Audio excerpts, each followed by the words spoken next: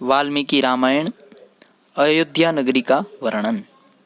सरयू नदी के तट पर कौशल नामक एक बहुत बड़ा देश था, जो संतुष्ट जनों से पूर्ण, समृद्ध, संपन्न और धन धान्य से भरपूर था। वहाँ विश्व प्रसिद्ध अयोध्या नाम की नगरी थी, जिसे मनुष्यों में श्रेष्ठ महाराज मनु ने स्वयं बसाया था। वह शोभाशालिनी महापुरी 12 योजन यानी कि 60 मील लंबी और 3 योजन यानी कि 15 मील चौड़ी थी। उसमें बड़ी सुंदर लंबी चौड़ी सड़कें बनी हुई थी। यह राजधानी एक विस्तृत राजपथ से सुशोभित थी। इस राजपथ ने अनेक सड़कें निकाली थी। सड़कों पर प्रतिदिन जल छिड़का जाता था और फूल बिछाए जाते थे। इस पुरी में राज्य को समृद्ध करने वाले महाराज दशरथ उसी प्रकार निवास करते थे जिस प्रकार स्वर्ग में इंद्र बसते हैं। यह नगरी तोरण द्वारों और सुंदर चौड़े बाजारों से युक्त थी। सब प्रकार के यंत्र वहां विद्यमान थे तथा नाना कला विशारद शिल्पी वहां वास करते थे।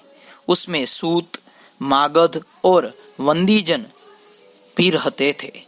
वह नगरी अत्यंत शोभायमान और देदीप्यमान थी।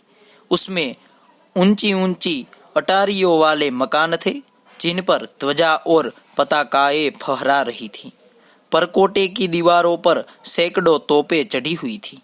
वह नगरी स्त्रियों की नाट्य समितियों से युक्त थी। उद्यान और आम के वन नगरी की शोभा को बढ़ा रहे थे।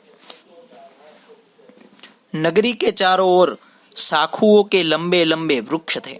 यह नगरी दुर्गम किलों और खाइयों से युक्त थी। शत्रु इस पर आक्रमण करने में असमर्थ थे। हाथी, घोड़े, बैल, ऊंट और खच्चर स्थान स्थान पर दिख पड़ते थे। उसकी शोभा विचित्र थी। राजभवन का रंग सुनहरा था। नगरी में सुंदर स्वरूपवती स्त्रियां निवास करती थी। रत्नों के वहां ढेर लगे रहते थे। वहां 7 मंजिल वाले मकान सर्वत्र दिखाई देते थे। वह नगरी नगाड़े, मृदंग, वीणा और पणव आदि बाजों की ध्वनि से सदा प्रतिध्वनित हुआ करती थी।